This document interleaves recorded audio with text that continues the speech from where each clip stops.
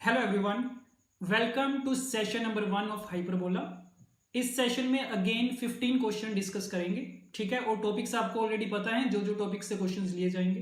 Right, तो start कर रहे हैं। क्वेश्चन नंबर 1 स्टार्ट करो, वीडियो को पॉज करके टाइप आइडेंटिफाई करके सोल्व करना स्टार्ट करो, डिस्कस करते हैं फिर। Okay, let's start. AB is double ordinate of the hyperbola such that triangle AOB is an equilateral triangle, then the eccentricity of the hyperbola satisfies। तो एक standard hyperbola given है हमें। अगर एक रफ डायग्राम प्लॉट करें तो ये suppose हमारा बन गया हाइपरबोला। राइट, क्या दे रखा है? AB is the double ordinate, तो इसका एक डबल ऑर्डिनेट ड्रॉ कर लेते हैं। डबल ऑर्डिनेट पता है क्या होता है? So let this is the double ordinate AB। Right, such that triangle AOB is an equilateral triangle, तो O हमारा ओरिजिन है, AOB वाली जो ट्राइंगल बनेगी इसके बारे में बता रखे कि ये इक्विलेटरल ट्राइंगल है।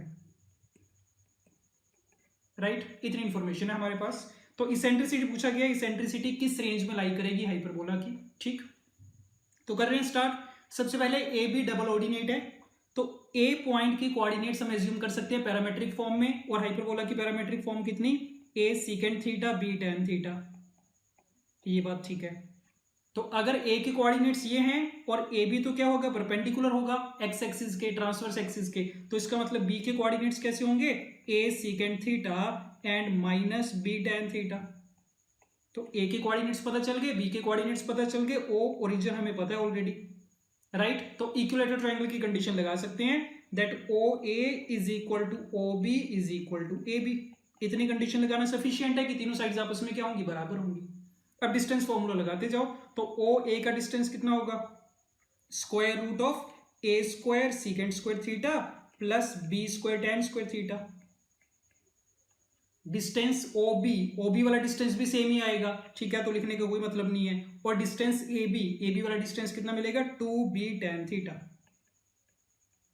तो ये रिलेशन आ गया। इसको सिंप्लीफाई करके हमें सेंट्रिसिटी पता करनी है, तो देख लेते हैं। सिंप्लीफाई करो, स्क्वायरिंग कर रहे हैं दोनों तरफ, तो this would be A square secant square theta plus B square tan square theta equal to 4B square tan square theta.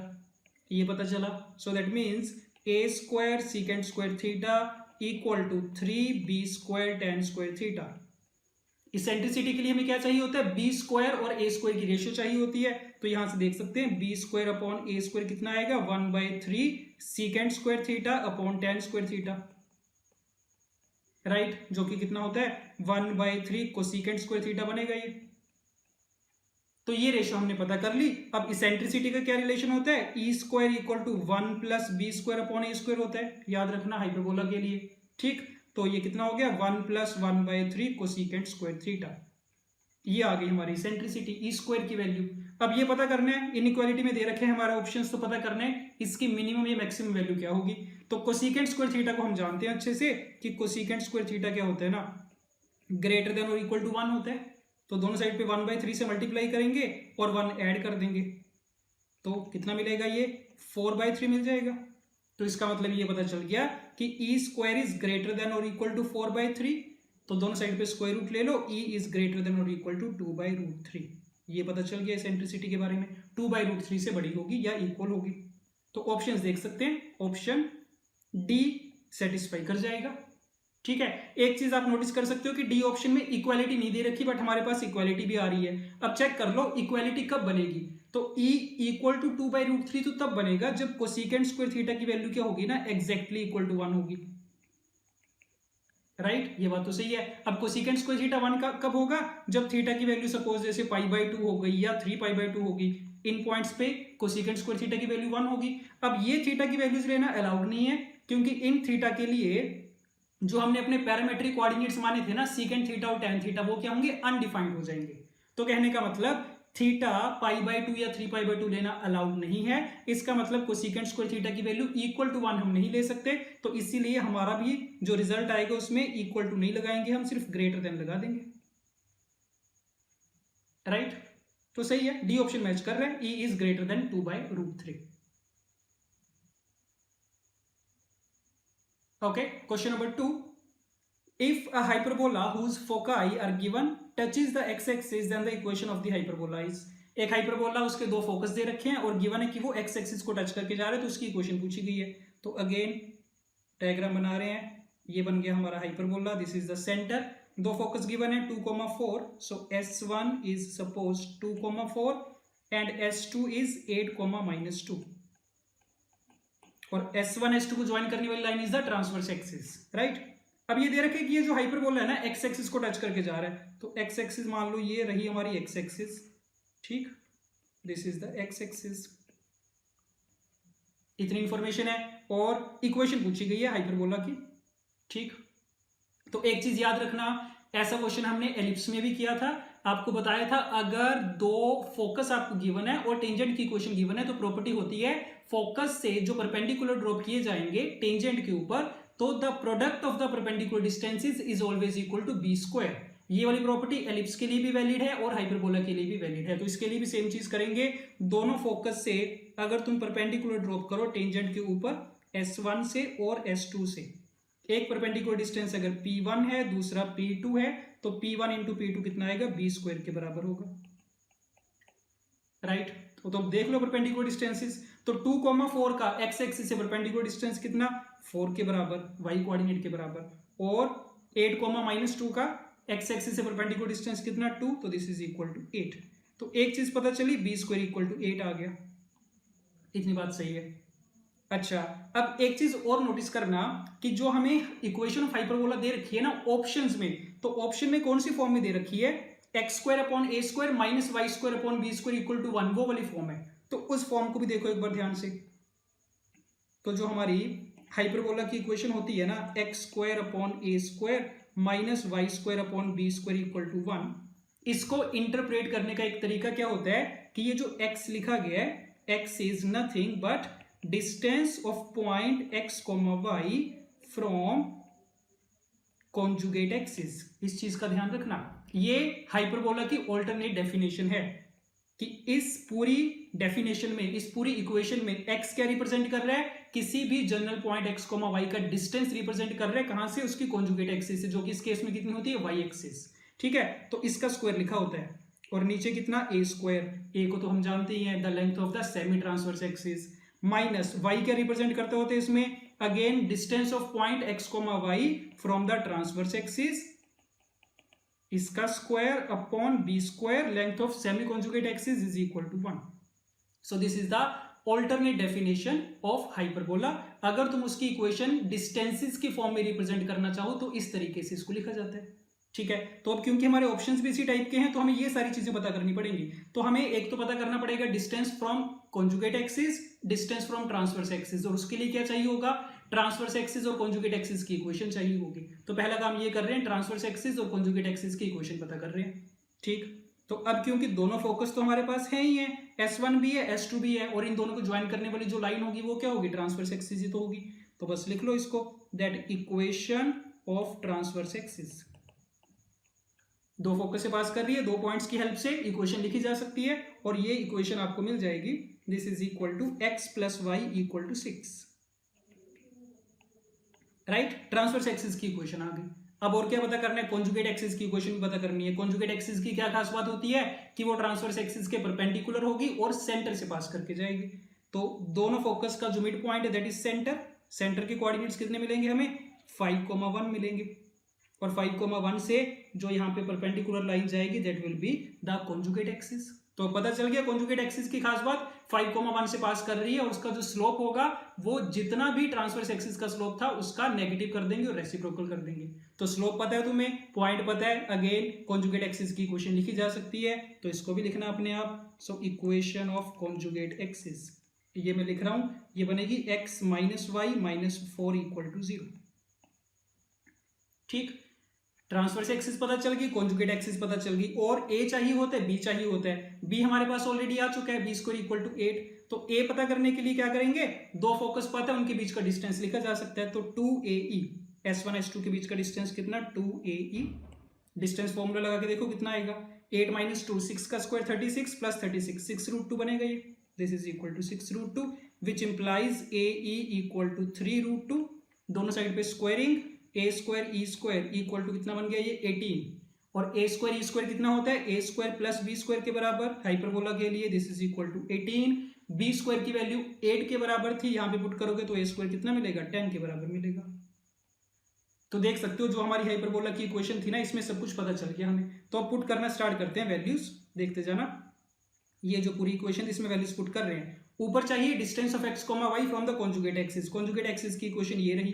तो किसी भी पॉइंट एक्स कोमा वाई का कॉन्जुगेट एक्सिस से डिस्टेंस कितना लिखा जाएगा, x minus Y minus 4 upon root 2, ये होगा डिस्टेंस। इसका स्क्वायर चाहिए, नीचे कितना होता है ए स्क्वायर की वैल्यू कितनी 10 minus Y square upon B square, मतलब distance of X comma Y from the transverse axis. तो ट्रांसवर्स एक्सिस से डिस्टेंस कितना लिखा जाएगा, x plus Y minus 6 upon root 2, ये लिखा जाएगा। इसका square upon B square which is 8 equal to कितना 1।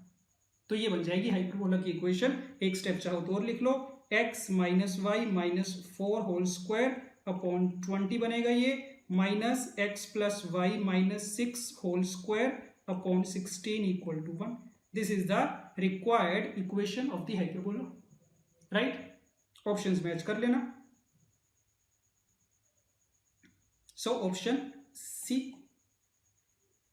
तो ध्यान रखना एक चीज और, हाइपरबोला की अगर इक्वेशन लिखनी है, या तो पहले चेक कर लिए करो वो हमारा स्टैंडर्ड हाइपरबोला या ओरिजिन शिफ्टिंग वाला हाइपरबोला बन रहा है कि नहीं बन रहा है। अगर बन रहा है तो डायरेक्ट पता चल जाता है कि कौन सी फॉर्म बनेगी, ठीक है। ये तो होगी पहली चीज। दूसरी चीज ये किया जा सकता है कि तुम्हारे पास फोकस पता है, डायरेक्ट्रिक्स पता कर लो। तो फोकस पता चल गया, डायरेक्ट्रिक्स पता चल गई, इसेंट्रिसिटी पता कर लो। तो क्या कर सकते हैं, कोनिक की जो बेसिक डेफिनेशन होती है एसपी इक्वल टू ईपीएम, उसकी हेल्प से भी इक्वेशन लिखी जा सकती होती है। वो दूसरा तरीका होता है इक्वेशन लिखने का किसी भी कर्व के लिए, पैराबोला या एलिप्स या हाइपरबोला। और तीसरी फॉर्म ये वाली हो गई कि जो हमारी इक्वेशन होती है x square upon A square minus Y square upon B square equal to 1 वाली, उसको डिस्टेंसेस की फॉर्म में कैसे इंटरप्रेट करना है, राइट। और यही वाली चीज तुम्हारी एलिप्स के लिए भी सेम काम करती है कि जो उसमें x होता है that is the distance of x comma y from the minor axis, और y क्या रिप्रेजेंट करता है, distance of x comma y from the major axis, right. Let's start the equation of transverse axis of the hyperbola. Hyperbola की equation दे रखी है और देखने से आइडिया लग रहा है कौन सी फॉर्म बननी चाहिए, S P equal to E times P M वाली फॉर्म बननी चाहिए।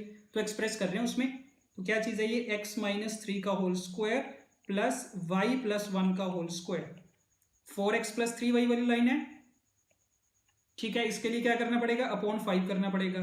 तो 5 से डिवाइड कर दिया, तो एक्चुअल में हमने 25 से डिवाइड किया, उसको बैलेंस करने के लिए 25 से मल्टीप्लाई, ठीक है। ये लिख लिया स्टेप नंबर 1। स्टेप नंबर 2 में चाहो तो क्या कर लो, दोनों साइड पे स्क्वायर रूट करके लिख लो। तो क्या बन गया ये, square root of x minus 3 का स्क्वायर प्लस वाई प्लस 1 का square equal to 5 times mod of 4x plus 3y upon 5, ये चीज बन रही है। तो S P equal to E P M वाली फॉर्म है। क्या कुछ पता चलेगा यहां से, फोकस पता चल जाएगा कितना 3 कोमा माइनस 1, और क्या पता चलेगा, इसेंट्रिसिटी इक्वल टू 5, और क्या पता चलेगी, डायरेक्ट्रिक्स भी तो पता चल जाएगी कितनी, 4x plus 3y equal to 0। इतना कुछ पता चल गया। चाहिए क्या था हमें, ट्रांसवर्स एक्सिस की इक्वेशन चाहिए थी। तो चेक कर लो इतनी इंफॉर्मेशन से ट्रांसवर्स एक्सिस की इक्वेशन लिखी जा सकती है क्या।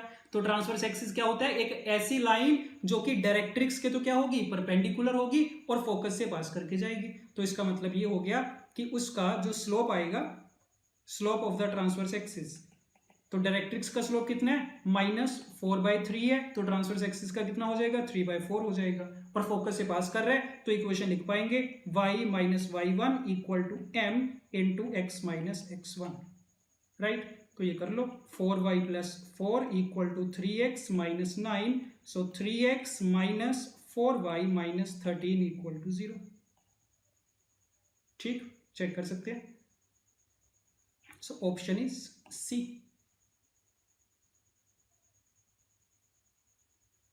Let's start. If radii of the director circles of the ellipse and the hyperbola are 2r and r respectively, and EE and EH are the eccentricities of the ellipse and hyperbola respectively, तो EH और EE में relation पूछा गया हमसे। तो देखते हैं सबसे पहले तो डायरेक्टर सर्कल ऑफ एलिप्स की इक्वेशन पता है, x square plus Y square equal to A square plus B square. तो मतलब उसका रेडियस कितना होगा, square root of A square plus B square होगा। तो दैट मीन्स एक रिलेशन तो ये मिला, 2r इक्वल टू कितना दे रखे, square root of A square plus B square, right. अब इसके बाद हाइपरबोला की बात करें, इसकी डायरेक्टर सर्कल की इक्वेशन होती है x square plus Y square equal to A square minus B square. तो उसका रेडियस कितना हो जाएगा, square root of A square minus B square. So that means R तुम्हें दे रखा है square root of A square minus B square.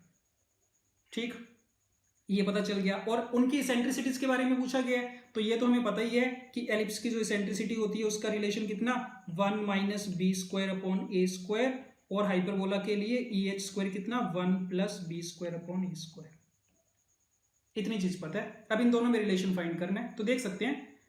तो ये जो हमें रिलेशन गिवन है ना आर वाले, इनका यूज करते हैं हम।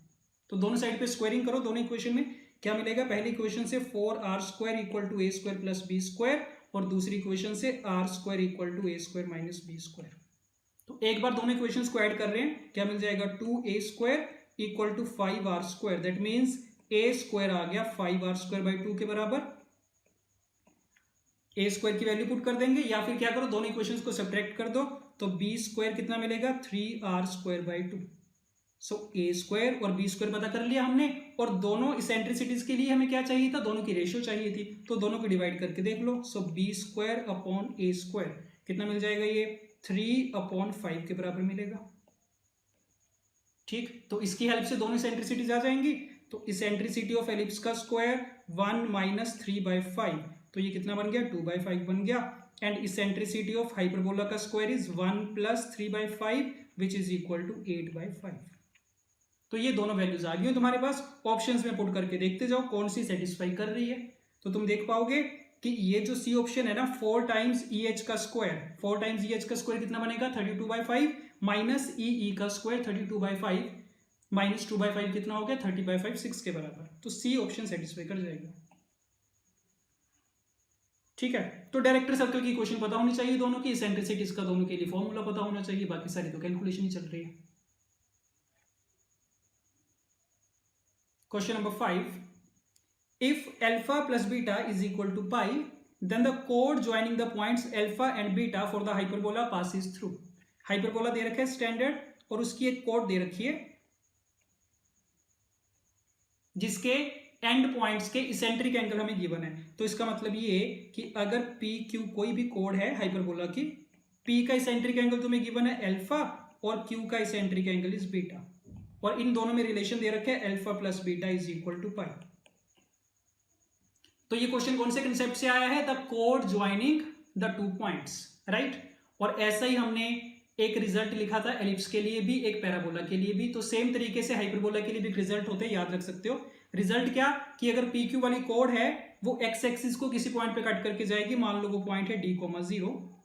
सो the result is that d minus A upon d plus A equal to minus of tan alpha by 2 tan beta by 2 with negative sign, right. So ellipse के लिए हमने क्या लिखा था, d minus A upon d plus A equal to tan alpha by 2 tan beta by 2। इसमें क्या हो गया, सिर्फ नेगेटिव साइन एक्स्ट्रा आ गया। इतनी बात सही है, ठीक है। तो अब क्या अल्फा और बीटा में रिलेशन है, तो यहां से देख लो alpha plus beta equal to pi है, इसका मतलब बीटा कितना पाई माइनस अल्फा, तो बीटा बाई 2 कितना हो जाएगा pi by 2 minus alpha by 2। So that means tan beta by 2 कितना हो गया कोट अल्फा बाई 2 हो गया। तो अब यहां पे tan बीटा बाई 2 रखोगे कोट अल्फा बाई 2 के बराबर, तो tan अल्फा बाई 2 और कोट अल्फा बाई 2 तो कट जाएंगे। तो क्या मिल जाएगा तुम्हें d minus A upon D plus A equal to -1 मिलेगा, राइट। क्रॉस मल्टीप्लाई कर लो, क्या आया d minus A equal to minus D minus A, तो minus A cancel out, d equal to 0, ये रिजल्ट मिला। अब d पॉइंट कौन सा था, d,0 पॉइंट था जहां से वो x एक्सिस को क्रॉस करके जाएगी। तो क्या पता चला तुम्हें कि कोड कहां से पास करेगी, 0,0 से पास करेगी। तो इसका मतलब एक्चुअल में वो जो कोड है ना वो सेंटर से पास करके जाएगी। तो डायग्राम तो हमारी गलत बनी है क्योंकि पहले हमें नहीं पता था। तो ये जो सेंटर है यहां से पास करके जाएगी कोड। तो यहाँ पे अगर पॉइंट P है, यहाँ पे पॉइंट Q होगा कहीं पे विद इसेंट्रिक एंगल बीटा, ठीक है। तो अगेन क्वेश्चन आसान है, बट अगर ये रिजल्ट नहीं पता तो फिर काफी लंबी कैलकुलेशन बन जाएगी उस केस में, ठीक। तो ये रिजल्ट याद रखना, और याद रखना आसान भी है क्योंकि एलिप्स के लिए और हाइपरबोला के लिए सेम ही है, सिमिलर ही है, सिर्फ प्लस और माइनस का फर्क है। और पैराबोला के लिए तो बिल्कुल ही आसान होता है, t1 t2 equal to minus c upon A, ठीक। तो ऑप्शंस में ये पूछा गया था कि कोड कहां से पास करेगी, so through the centre of the hyperbola. Okay, if 2 points P and Q on the hyperbola whose center is C be such that CP is perpendicular to CQ, then the value of this expression is. Standard hyperbola is given. क्या given है? P and Q, hyperbola के ऊपर 2 points है, condition is CP is perpendicular to CQ. तो C हमारा है centre of the hyperbola. अगर ये C है ना, P यहाँ पे कोई पॉइंट है, सो दिस इज CP. CQ वाली लाइन जो है इसके परपेंडिकुलर बनेगी, ये मान लो बन गई CQ. तो Q पॉइंट यहाँ पे कहीं पे होगा, राइट. हमसे पूछा गया 1/CP² प्लस 1/CQ². तो डिस्टेंसेस की बात हो रही है, CP वाला डिस्टेंस के बारे में हमें कमेंट करना है और CQ वाले डिस्टेंस के बारे में. और जब भी डिस्टेंसेस की बात होती है तो स्ट्रेट लाइन में भी हमने किया था कि parametric form of straight line का यूज कर सकते हैं. ठीक है, तो देखते जाना. C तो हमारा हो गया सेंटर 0,0. मान लो CP वाला जो डिस्टेंस है दैट इज R1, और ये जो CP वाली लाइन है ना, ये एक्स एक्सिस के साथ थीटा का एंगल बना रही है. तो इसका मतलब P पॉइंट के कोऑर्डिनेट्स कैसे लिख सकते हैं? R1 cos theta, R1 sin theta, right. ये ध्यान रखना, ये हमने P पॉइंट के पैरामेट्रिक कोऑर्डिनेट्स नहीं लिखे, हाइपरबोला की पैरामेट्रिक इक्वेशन नहीं लिख रहे हैं हम क्या लिख रहे हैं? स्ट्रेट लाइन की पैरामेट्रिक इक्वेशन लिख रहे हैं कि कोई भी ऐसा पॉइंट P जो कि सेंटर से R के डिस्टेंस पे है और एक्स एक्सिस के साथ थीटा का एंगल बना रहे हैं, उसके कोऑर्डिनेट्स कैसे होते हैं? R cos theta, R sin theta. तो वहां से P पॉइंट के कोऑर्डिनेट्स आ गए. सिमिलरली Q पॉइंट के कोऑर्डिनेट्स कैसे होंगे? CQ वाला डिस्टेंस R2 मान लो, और ये CQ वाली लाइन एक्स एक्सिस के साथ कितना एंगल बना रही है? 90 प्लस थीटा. तो इसके कोऑर्डिनेट्स कैसे लिखे जाएंगे? R2 cos of 90 plus theta which is minus sin theta, and then R2 sin of 90 plus theta which is cos theta. So R2 cos theta. तो स्ट्रेट लाइन की पैरामेट्रिक फॉर्म से हमने P और Q की coordinates लिख ली.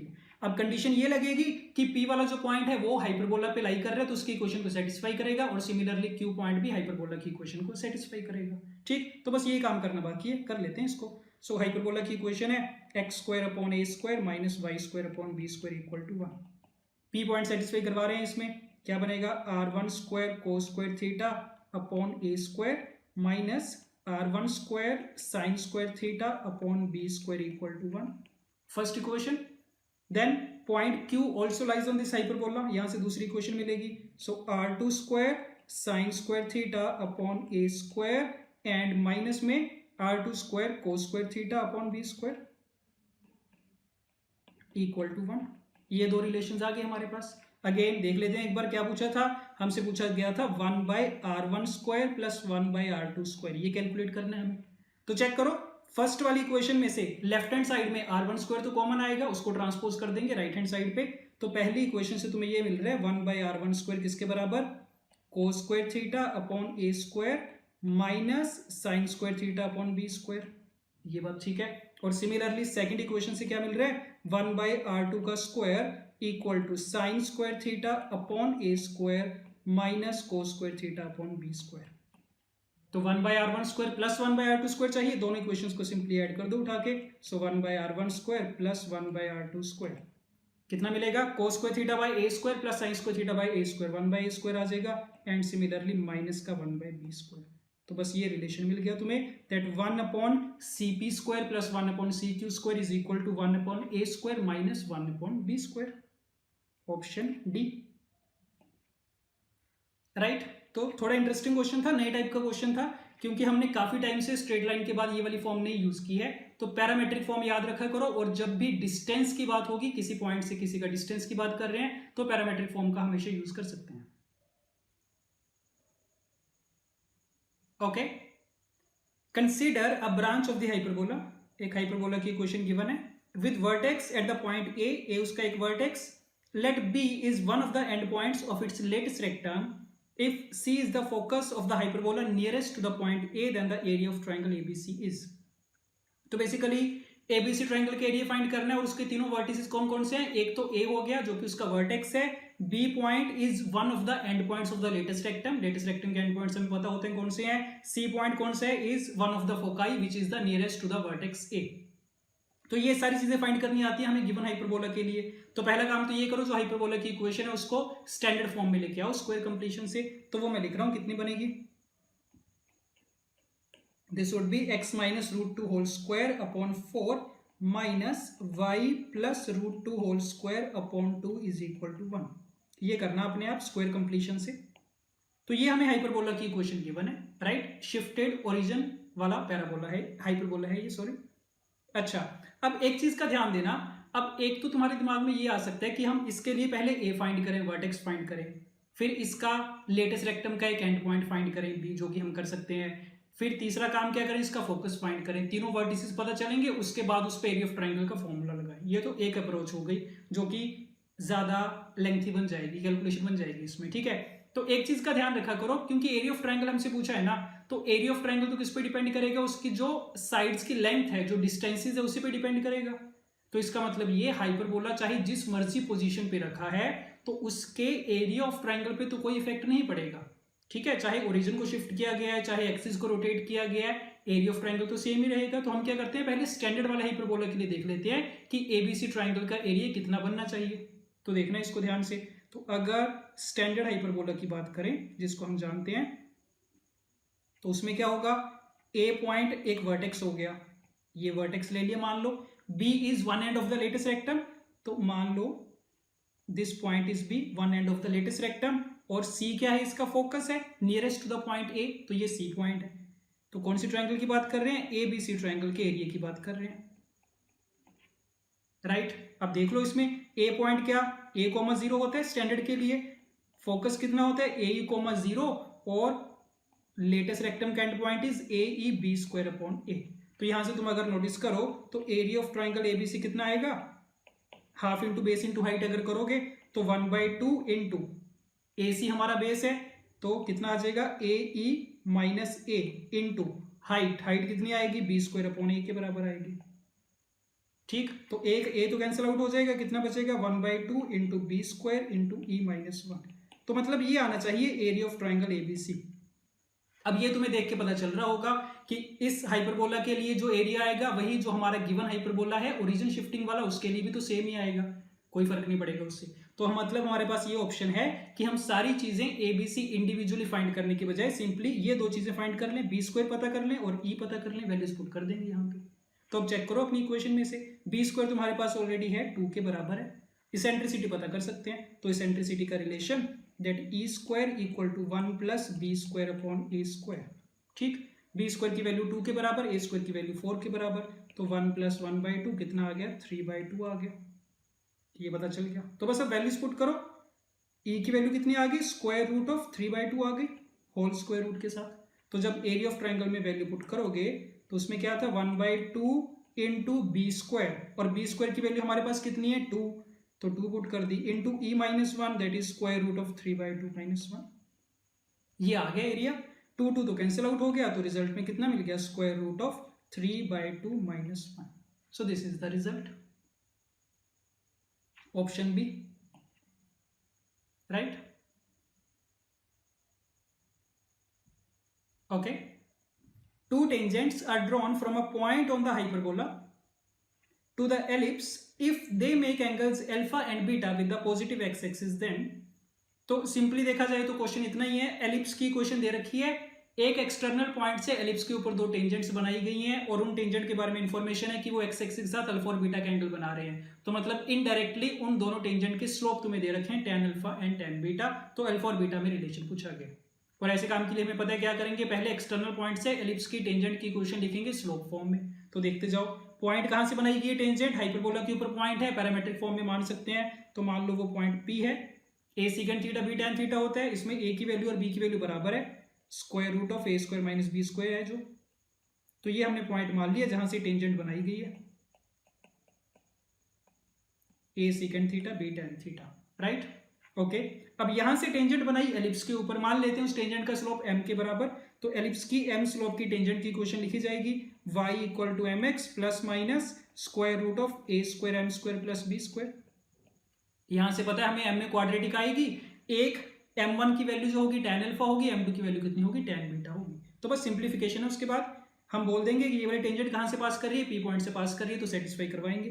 तो y की जगह रख रहे हैं square root of a square minus b square tan theta square root के बाहर है, this is equal to m into square root of a square minus b square into secant theta plus minus square root of A square M square plus B square, right. तो ये m वाली term को left hand side पे लेके जाके squaring कर रहे हैं, तो क्या बनेगा ना, ये square root of A square minus B square, ये तो कॉमन लिख रहा हूं मैं, tan theta minus m secant theta equal to plus minus square root of A square M square plus B square. अब कर देते हैं स्क्वायरिंग, तो this would be A square minus B square into tan square theta plus m square सीकेंड square theta minus 2m secant theta tan theta.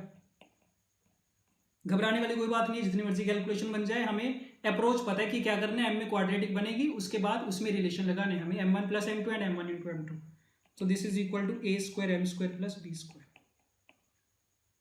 ठीक है। तो अब इसमें चाहो तो m स्क्वायर वाली टर्म्स इकट्ठी कर सकते हैं, m वाली टर्म्स इकट्ठी कर सकते हैं, तो देख लेते हैं m स्क्वायर, इसका कोफिशिएंट कितना बनेगा, A square minus B square सीकेंड square theta और माइनस का ए स्क्वायर बनेगा, ठीक। m का कोफिशिएंट कितना मिलेगा, minus 2 second theta tan theta मिलेगा और साथ में मिलेगा A square minus B square, और बाकी जो भी बचेगी कांस्टेंट टर्म बचेगी कितनी, A square minus B square tan square theta minus B square equal to 0, ठीक। तो m में क्वाड्रेटिक एक्सप्रेस हो गई है। अब इसमें m1 प्लस m2 फाइंड कर लो, m1 m2 फाइंड कर लो, ठीक है। तो m1 इंटू m2 जैसे सपोज अगर हम करें, देखना कितना आएगा, m1 m2 is c upon a ना, तो constant term a square tan square theta minus B square tan square theta minus B square, ये हमारी कांस्टेंट टर्म है, ठीक, इक्वेशन से लिखी गई है, upon a is the coefficient of m square, ये कितना बन रहा है, a square सीकेंड square theta minus B square सीकेंड square theta minus a square, ये बात ठीक है। m1 m2 फाइंड करके देख रहे हैं, कोई बात बनेगी तो बढ़िया बात है, नहीं तो m1 प्लस m2 से चेक करेंगे क्या रिलेशन आ रहा है, ठीक। करो इसको सिंप्लीफाई, तो this would be a square tan square theta, ऊपर से माइनस बी स्क्वायर कॉमन आएगा, अंदर कितना आएगा, 1 plus tan square theta which is equal to second square theta, so this is minus B square सीकेंड square theta. Denominator में A square सीकेंड square theta common लेंगे, ठीक, ए square common लेंगे, सीकेंड square theta minus 1 कितना बन जाएगा, tan square theta and minus का B square सीकेंड square theta, ठीक। तो ऊपर वाले में से बी स्क्वायर कॉमन लिया गया, नीचे वाले में से ए स्क्वायर, तो दोनों एक्सप्रेशन इक्वल बन गए ना, तो क्या पता चला तुम्हें, m1 m2 इक्वल टू 1 पता चला। तो m1 m2 की वैल्यू क्या थी, अल्फा और बीटा का एंगल बना रहे थे, तो m1 is tan alpha, m2 is tan beta, और अल्फा बीटा में रिलेशन चाहिए, वैल्यूज पुट कर दो, so tan alpha into tan beta equal to 1, that means tan alpha equal to cot beta, ये लिखा जा सकता है, and cot beta can be expressed as tan of pi by 2 minus beta, ठीक। तो alpha is equal to pi by 2 minus beta, that means alpha plus beta equal to pi by 2, ठीक। तो ये रिलेशन आ गया दोनों में, alpha plus beta equal to pi by 2। तो question थोड़ा सा लेंथी जरूर था, बट अप्रोच हमें पता है ऐसे क्वेश्चंस को करने की, कि अगर एक्सटर्नल पॉइंट से दो टेंजेंट्स बनाई जाती हैं तो हम वही करते हैं, टेंजेंट का स्लोप m मान के इक्वेशन लिखते हैं, उस इक्वेशन में पॉइंट को सेटिस्फाई करवा देते हैं, m में क्वाड्रेटिक बनती होती है, एक का स्लोप m1 होता है, एक का m2 होता है, तो उनकी वैल्यूज तुम्हें दे रखी थी, tan alpha and tan beta. Question number 9. The locus of the point of intersection of the tangents at the points with eccentric angles phi and pi by 2 minus phi on the given hyperbola. Again आसान question, eccentric angle के लिए अगर eccentric angle पता है किसी point का, मतलब point हमें पता है अगर पैरामेट्रिक फॉर्म में, तो वहां पे टेंजेंट की इक्वेशन हमें लिखनी आती है, तो दोनों पॉइंट्स पे टेंजेंट की इक्वेशन लिख के दोनों का इंटरसेक्शन पॉइंट ही फाइंड करना है और कुछ भी नहीं है, ठीक। तो देखते जाओ, जो हमारा पैरामेट्रिक पॉइंट होता है a secant phi b tan phi, इस पे टेंजेंट की इक्वेशन t इक्वल टू 0 से कितनी आती होती है, x, this is phi, x secant phi upon a minus y tan phi upon b equal to 1, तो ये होती है पैरामेट्रिक फॉर्म में टेंजेंट की इक्वेशन। तो जो phi इसेंट्रिक एंगल वाला पॉइंट है उसके लिए तो टेंजेंट की इक्वेशन ये आ गई हमारे पास, और जो दूसरा पॉइंट है पाई बाय 2 माइनस फाई वाला, उसके लिए क्या करेंगे, फाई की जगह pi by 2 minus phi replace कर दो, तो वो कितना बन जाएगा, x cosecant phi upon a minus y cot phi upon b equal to 1, तो बस अब तुम्हारा ये क्वेश्चन बन गया कि ये दो लाइंस की इक्वेशन है, इनका इंटरसेक्शन पॉइंट तुम्हें फाइंड करना है। ठीक है, तो वो करना आता है। तो पहला काम तो क्या कर रहे हैं, जो फर्स्ट वाली इक्वेशन है साइन कोस में एक्सप्रेस कर लो सबको। तो दोनों के डिनोमिनेटर में कोस आ जाएगा, वो राइट हैंड साइड पे चला जाएगा। तो ये लिखा जाएगा X by A minus Y sine phi upon B equal to cos phi. ये बनेगी इक्वेशन नंबर 1। इक्वेशन नंबर 2 में भी साइन कोस में अगर एक्सप्रेस करोगे कितना बनेगा, ये X upon A minus Y upon B cos phi equal to sine phi. ये बात ठीक है। तो ये दो लाइंस की इक्वेशन आ गई, दोनों को सब्ट्रैक्ट कर देते हैं सिंपली। एक्स अपॉन ए तो कैंसिल आउट हो ही जाएगा, तो सब्ट्रैक्ट करके कितना मिलेगा, Y upon B cos phi minus sine phi. Right, equation 1 minus equation 2 कर रहे हैं, इक्वल टू कितना, cos phi minus sine phi. ये बन गया। तो cos phi minus sine phi वाला पूरा फैक्टर कैंसिल आउट। रिजल्ट में क्या मिल गया तुम्हें, y upon B equal to 1 मिला, which means y is equal to B. तो बस यही लोकस आ गया कि ऐसे पॉइंट्स पे जब भी टेंजेंट्स बनाई जाएंगी वो कहां पे जाके मीट करेंगी, उस पॉइंट पे जिसका y कोऑर्डिनेट कितना होगा, b के बराबर होगा। So y is equal to b। ठीक, आसान क्वेश्चन। Let's start.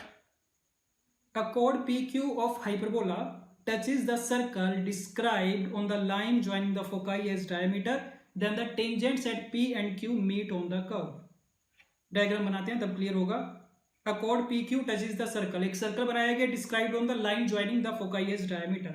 तो जो हमारा स्टैंडर्ड एलिप्स है, तो ये मान लेते हैं बन गया हमारा हाइपरबोला। ये पहला फोकस S1, ये बनेगा दूसरा फोकस S2। ठीक, तो S1 S2 को डायमीटर लेके ना हमने एक सर्कल ड्रॉ किया है। तो अगर मान लो ये बन गया circle, this is the circle. ठीक, ओके। तो अब क्या बोला गया देखते हैं। राइट, अब code PQ of hyperbola touches the circle. तो PQ की एक कोड बनाई गई है जो कि इस सर्कल को टच करके जाएगी। तो दैट मीन्स अगर मैं इसको ऐसे थोड़ा सा प्रोड्यूस कर दूं ना हाइपरबोला को, तो इसकी हम ऐसी कोड बनाने की ट्राई कर सकते हैं जो कि इसको टच करके जाएगी। तो मान लो ये कोड है इसकी, सो दिस इज कोड PQ। ये बात क्लियर हो रही है। ठीक, हाइपरबोला की एक कोड जो कि इस सर्कल को टच करके जा रही है। Okay, then the tangents at P and Q meet on the curve. अब क्या किया, P और Q पॉइंट्स पे हमने बनाई टेंजेंट्स हाइपरबोला के ऊपर। तो ये मान लो P के ऊपर बनने वाली टेंजेंट है, ये है Q के ऊपर बनने वाली टेंजेंट। तो तुम्हें पूछा गया कि PQ पे बनने वाली टेंजेंट्स कौन से पॉइंट पे जाके मीट करेंगी, मीट ऑन द कर्व। तो बेसिकली इनके इंटरसेक्शन पॉइंट का लोकस पूछा गया तुमसे। राइट, तो थोड़ा सा घुमा फिरा के क्वेश्चन पूछा गया, बट हमें समझ में आ गया कि ये क्या बोलना चाह रहा है बंदा। डायग्राम हमारी बन गई उसके हिसाब से। ठीक है, तो देखते जाना। देखो, आर पॉइंट का लोकस पूछे, तो आर पॉइंट से अगर तुम देखना स्टार्ट करो, क्या नोटिस करोगे कि आर पॉइंट के रिस्पेक्ट में जो PQ वाली कोड है, this is code of contact for hyperbola. तो इसका मतलब PQ की इक्वेशन तो हम लिख सकते हैं कोड ऑफ कॉन्टेक्ट की हेल्प से। So that means that equation of PQ is T equal to 0। Right, okay. अब T इक्वल टू 0 का मतलब क्या हो गया हाइपरबोला के लिए, तो ये बन गया हमारा x into H upon A square minus Y into के upon B square equal to 1। ये PQ की इक्वेशन आ गई।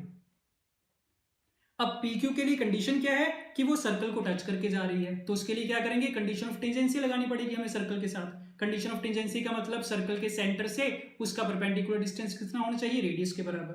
तो अब सर्कल का सेंटर कहां पे है, 0,0 पे है, और उसका रेडियस कितना, जितना फोकस से डिस्टेंस है सेंटर का, मतलब AE के बराबर।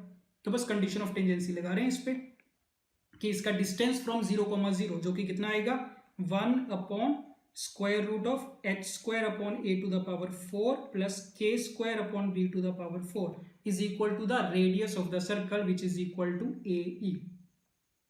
ये बात क्लियर है। राइट, तो बस अब तो लोकस आ गया हमारे पास। h और k को x और y से रिप्लेस कर दो, स्क्वायरिंग कर लो, थोड़ा सिंप्लीफाई कर लो। तो ये बनेगा x स्क्वायर अपॉन a की power 4 plus Y square upon b to the power 4 equal to 1 upon a square e square. ये लिखा जाएगा। ऑप्शन चेक कर सकते हैं। ऑप्शन हमारे E की टर्म्स में नहीं है, A और B की टर्म्स में है। तो तुम्हें पता है A स्क्वायर E स्क्वायर तो किसके बराबर होता है, A square plus B square के बराबर ही होता है। तो ये लोकस आ गया, ऑप्शन चेक कर लो। So option C। Right, question number 11, if the distance between two parallel tangents drawn to the hyperbola is 2 then their slope is equal to। तो हाइपरबोला के लिए दो पैरेलल टेंजेंट्स बनाई गई हैं, मान लेते हैं m स्लोप की टेंजेंट्स है दोनों, और m स्लोप की टेंजेंट की हमें पता है दो इक्वेशंस बनती होती हैं, एक तो बनेगी y equal to M X plus square root A square M square minus B square, और दूसरी tangent will be y equal to M X minus square root A square M square minus B square. ठीक, तो M slope की ये दो tangents बनती है हमेशा, इन्हीं की दो की बात कर रहे हैं, और इनके बीच का डिस्टेंस दे रखा है 2 के बराबर। अब दो पैरेलल लाइंस के बीच में डिस्टेंस तो हमें निकालना आता ही है, कितना, c1 माइनस c2, मतलब 2 times under root A square minus B square upon में कितना, square root 1 plus M square. ये किसके बराबर दे रखा है, 2 के बराबर दे रखा है, तो दिस इज इक्वल टू 2 कर दो। ठीक, तो 2 कैंसिल आउट है, स्क्वायरिंग कर लो दोनों तरफ, A square M square minus B square equal to 1 plus M square. A square B square की वैल्यू हमें पता है इक्वेशन में से, ए स्क्वायर कितना 9 के बराबर है, बी स्क्वायर 49 है, तो 9 M square minus 49 equal to 1 plus M square, that means 8 M square equal to 50। तो स्लोप ही पूछा गया था, एम की वैल्यू पूछी गई थी, एम स्क्वायर कितना आ गया, 50/8 आ गया, that means 25/4, so M comes out to be plus minus 5/2। तो m की वैल्यू इन दोनों में से कोई भी हो सकती है, option A right. Let's start.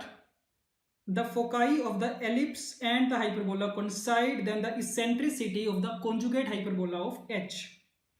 Right, foci दे रखे हैं हमें, एलिप्स का फोकाई और हाइपरबोला के दोनों क्या कर रहे हैं, सेम है, कोइंसाइड कर रहे हैं। तो पहले तो हम एलिप्स के फोकाई फाइंड करते हैं, कहां पे, तो एलिप्स जो हमें दे रखा है x square by 16 plus Y square upon 7 equal to 1, तो इसके फोकस कहां पे होते हैं, plus minus A E comma 0, तो इसेंट्रिसिटी फाइंड करनी पड़ेगी, तो E square equal to 1 minus B square upon A square, 9/16 आ गया, तो ई की वैल्यू कितनी है, 3/4 है, तो इसका मतलब इसके फोकाई कहां पे होंगे, प्लस माइनस ए इंटू ई, ए की वैल्यू 4 है, तो कितना आ गया, प्लस माइनस 3,0 आया, ये बात ठीक है। अब हाइपरबोला पे आ जाओ, इसके फोकाई देख लेते हैं कहां पे, सो इसकी इक्वेशन एक्स स्क्वायर अपॉन 144, 1/25 को भी लेफ्ट हैंड साइड पे लेके आना पड़ेगा 1 बनाने के लिए, तो ये बनेगा X square upon 144/25 minus Y square upon B square upon 25 equal to 1, ये है हाइपरबोला। ठीक, इसके फोकाई कहां पे होंगे, again plus minus A E comma 0, तो प्लस माइनस ए की वैल्यू कितनी, 12/5, ई अभी के लिए हमें नहीं पता, ई मान लेते हैं, ठीक, कोमा 0, यहां पे आ गए। अब इन दोनों फोकाई को हम सेम कर सकते हैं, कोइंसाइड कर सकते हैं, तो इसका मतलब 3 जो है किसके बराबर होगा, 12/5 इंटू ई, तो यहां से ई की वैल्यू तुम्हें कितनी मिल गई, 5/4 के बराबर मिली। तो इसका मतलब जो हाइपरबोला तुम्हें दे रखा था उसकी इसेंट्रिसिटी हमने पता कर ली 5/4, बट इसकी इसेंट्रिसिटी नहीं पूछी, क्या पूछा गया, eccentricity of the conjugate hyperbola of h। तो ये रिलेशन होपफुली तुम्हें पता होगा कि अगर किसी हाइपरबोला की इसेंट्रिसिटी e1 है और उसके कॉन्जुगेट हाइपरबोला की e2, तो दोनों में रिलेशन क्या होता है, 1/e1 square plus 1/e2 square equal to 1, ये याद रख सकते हैं, काफी फ्रीक्वेंटली यूज होता है ये। तो बस हाइपरबोला की इसेंट्रिसिटी पता है, पुट कर दो इसको, तो कितना बनेगा, 1/25/16, तो this is 16/25 plus 1/e2 square equal to 1, that means 1/e2 square is equal to 1 minus 16/25, 9/25, which implies e2 equal to 5/3। तो कॉन्जुगेट हाइपरबोला की इसेंट्रिसिटी 5/3 के बराबर कैलकुलेट कर लिया हमने, option D. Okay, the equation of a tangent to the hyperbola which makes an angle π/4 with the transverse axis. Direct question है, tangent की इक्वेशन पूछी गई है, स्लोप उसका दे रखा है। ठीक, तो सबसे पहले इसको स्टैंडर्ड फॉर्म में लेके आओ, स्क्वायरिंग कंप्लीट करके, तो मैं लिख रहा हूं इसकी इक्वेशन बनेगी x-3 का whole square upon 25 minus y-2 whole square upon 16 equal to 1, right. तो इसके ट्रांसवर्स एक्सिस की इक्वेशन क्या होगी, y-2 बराबर 0, तो मतलब y बराबर 2 होगी, ये इसकी ट्रांसवर्स एक्सिस है। तो कोई भी ऐसी टेंजेंट जो कि इसके साथ y बराबर 2 के साथ π/4 का एंगल बना रही है, तो मतलब वो x एक्सिस के साथ भी π/4 का एंगल बना रही होगी, तो उसका स्लोप कितना आ जाएगा, tan π/4 1 के बराबर आ जाएगा। तो इसका मतलब तुम्हारा क्वेश्चन ये है कि इस गिवन हाइपरबोला के लिए वन स्लोप की टेंजेंट लिखनी है, तो स्लोप फॉर्म में टेंजेंट की इक्वेशन तो लिखनी आती है हमें। बस ये ध्यान रखना कि ये जो इक्वेशन लिखी जाएगी ओरिजिन शिफ्टिंग के साथ लिखी जाएगी। तो y की जगह y-2 आ गया equal to m into X, M की वैल्यू 1, x की जगह आ गया x-3, प्लस माइनस में कितना होता है square root of a square m square minus b square, a square is 25, m square is 1 minus b square is 16। तो ये दो इक्वेशंस बनेंगी वन स्लोप वाली। बस कर लो simplify, y-2 equal to x-3 plus minus का 3। तो एक बार प्लस 3 रखोगे तो y-2 इक्वल टू x मिलेगा, एक बार -3 रखोगे कितना मिलेगा x-6। So y equal to 2 plus x is the equation of one tangent and then y equal to x-4 is another tangent. तो ऐसी दो टेंजेंट्स बननी पॉसिबल है जो कि ट्रांसवर्स एक्सिस के साथ π/4 का एंगल बनाएंगी। चेक कर लेना ऑप्शन में कौन सा प्रेजेंट है। So option A is given. Let's start. If the tangent at point h comma k on the hyperbola cuts the auxiliary circle in 2 points whose ordinates are y1 and y2, then 1 upon y1 plus 1 upon y2 equal to। तो question की statement से hopefully देख के पता चल गया होगा कैसे कैसे स्टेप्स करने हैं, कैसे अप्रोच करने हैं इसको। डायरेक्ट क्वेश्चन नहीं है, बस कैलकुलेशन बनेगी जो भी बनेगी। ठीक, तो पहली चीज तो स्टैंडर्ड हाइपरबोला गिवन है x square upon a square minus Y square upon B square equal to 1। इस पे टेंजेंट की इक्वेशन लिखी गई है h कोमा k पॉइंट लेके, तो t बराबर 0 से लिख सकते हैं x into H upon a square minus Y into के upon B square equal to 1। ये है तुम्हारी टेंजेंट। अब ये टेंजेंट ऑक्सिलरी सर्कल को दो पॉइंट्स पे कट कर रही है, और ऑक्सिलरी सर्कल की इक्वेशन क्या होती है x square plus Y square equal to A square, right. तो बेसिकली एक लाइन है, एक सर्कल है, दोनों दो पॉइंट्स पे इंटरसेक्ट कर रहे होंगे, पी और क्यू मान लिया।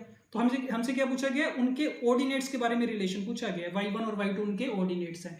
तो इसका मतलब दोनों इक्वेशन को आपस में सिंप्लीफाई किया जाएगा, और सिंप्लीफाई करके दोनों पॉइंट्स पूरे पता करने की नहीं जरूरत है। सिंपली हम क्या करते हैं y में क्वाड्रेटिक बना लेते हैं, और जो y में क्वाड्रेटिक बनेगी उसके दो रूट्स होंगे, एक y1 होगा एक y2, और उसी में रिलेशन एक्सप्रेस करना है हमें।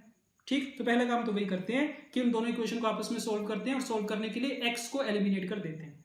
तो फर्स्ट वाली इक्वेशन में से x की वैल्यू उठाओ और दूसरी में पुट कर दो, तो कितना बनेगा ये देखते हैं। 1 प्लस वाई इंटू के upon B square into a square upon h, ये x की वैल्यू आई है फर्स्ट इक्वेशन में से, तो इसका square plus Y square equal to A square circle की इक्वेशन में पुट कर दिया।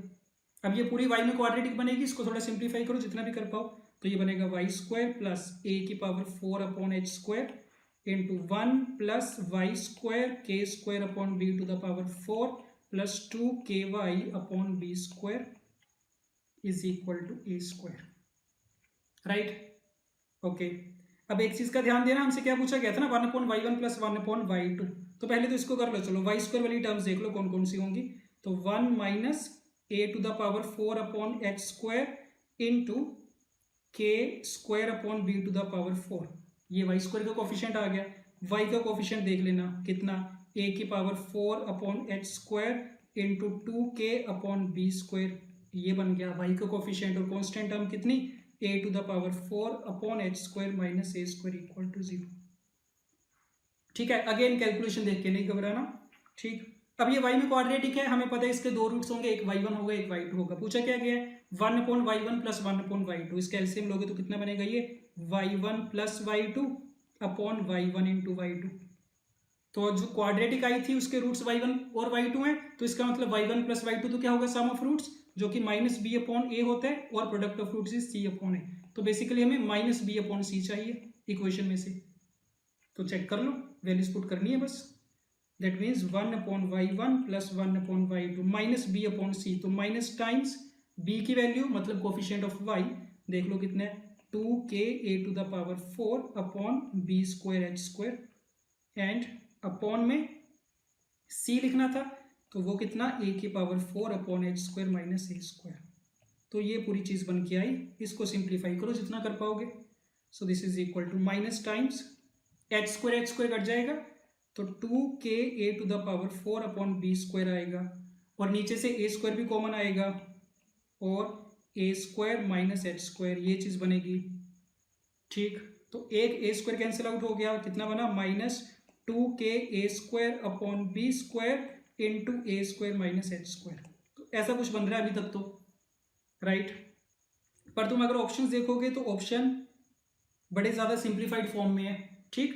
तो क्या करो ना, एक चीज़ ये भी ध्यान रखना कि h, k पॉइंट जो है हाइपरबोला के ऊपर है, तो मतलब इसका भी तुम यूज कर सकते हो कि ये h, k इसकी इक्वेशन को सेटिस्फाई कर रहा होगा।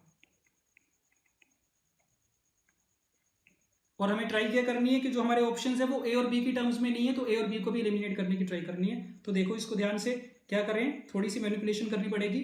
Minus times 2k² upon b², a² common ले रहे हैं यहां से, 1 माइनस h² अपॉन a², ऐसे लिखा जा सकता है इसको। और ध्यान से देखो अगर तुम, तो ये जो हमने इक्वेशन लिखी थी यहां से 1 माइनस h² अपॉन a² की वैल्यू डायरेक्टली मिल रही है तुम्हें कितनी, -k² अपॉन b²। तो ये सारी वैल्यू उठा के ना डायरेक्टली हम वहां पे रख रहे हैं, -k² अपॉन b²। तो कितना बनेगा, ये तो कैंसिल आउट, ये आया था हमारा -k² अपॉन b², राइट। तो हो गया ना सिंप्लीफाई, b² कट गया, एक k भी कट जाएगा, माइनस माइनस भी कट जाएगा, तो कितना आ गया सिंप्लीफाई करके 2/k के बराबर आ गया। बस ये मिल जाएगा ऑप्शंस में तुम्हें, option is b. Again purely calculation based question, concept wise आसान बिल्कुल। Okay, one last question, the locus of the point of intersection of lines, दो लाइंस दे रखी है, इनके इंटरसेक्शन पॉइंट का लोकस आसान है। चाहो तो दोनों इंडिपेंडेंटली फाइंड कर लो, x फाइंड कर लो पहले t की टर्म्स में, y फाइंड कर लो, फिर चेक कर लेंगे कैसे t को एलिमिनेट करना है। नहीं तो ये जो फॉर्म बन रही है देखने से पता चल रहा होगा, पहली इक्वेशन है √3x minus Y equal to 4√3t, ये फर्स्ट लाइन की इक्वेशन है। और सेकंड लाइन में अगर तुम सारी इक्वेशन को t से डिवाइड कर दो ना, तो वो भी कैसा कुछ मिलेगा, √3x plus Y equal to 4√3/t। अब इंटरसेक्शन पॉइंट का लोकस फाइंड करने का मतलब ही ये है कि हमें t एलिमिनेट करना है, सिर्फ x और y में रिलेशन लेके आना है। तो क्या करेंगे, दोनों इक्वेशंस को आपस में मल्टीप्लाई कर देंगे, तो मल्टीप्लाई 1 and 2, तो t तो कैंसिल आउट हो ही जाएगा, बस काम बन जाएगा। तो मल्टीप्लाई करके कितना आएगा, 3x² minus y² equal to 4√3 का स्क्वायर, जो कि कितना 48। सो x²/16 minus y²/48 equal to 1, ये हाइपरबोला की इक्वेशन आ गई। तो इनके इंटरसेक्शन पॉइंट का लोकस क्या होगा, एक हाइपरबोला, इसकी इसेंट्रिसिटी पूछी थी तुमसे, रिजल्ट पता है 1 प्लस b² अपॉन a², कितना आ गया 4 के बराबर। So e is equal to 2, right, बिल्कुल easy question, e is equal to 2। ठीक, तो इसी के साथ session number 1 is done, right. देख लेना क्वेश्चंस, तो क्वेश्चंस आप नोटिस करोगे, क्वेश्चंस पहले भी बताया था, कोऑर्डिनेट ज्योमेट्री में ज्यादा मुश्किल क्वेश्चन नहीं बनते, आसान क्वेश्चंस ही बनते हैं। अब तो समझ में आ गया होगा कि बार बार वही सेम कंसेप्ट ही रिपीट हो रहे हैं, टेंजेंट की इक्वेशन लिख रहे हैं, कोड ज्वाइनिंग 2 पॉइंट्स के रिजल्ट्स लिख रहे हैं, ठीक है। तो वही टॉपिक्स तुम्हारे वही वाले रिपीट होते जाएंगे, ठीक है। बस यही है कि कई बार क्वेश्चन थोड़ा सा लेंथी वाली फॉर्म में आ जाता है, बट कंसेप्ट वाइज बिल्कुल आसान क्वेश्चन बनते हैं कोऑर्डिनेट ज्योमेट्री पे, ठीक। तो हाइपरबोला का सेशन नंबर 1 डन है, इसके बाद सेशन नंबर 2 लिया जाएगा। Okay, so thank you.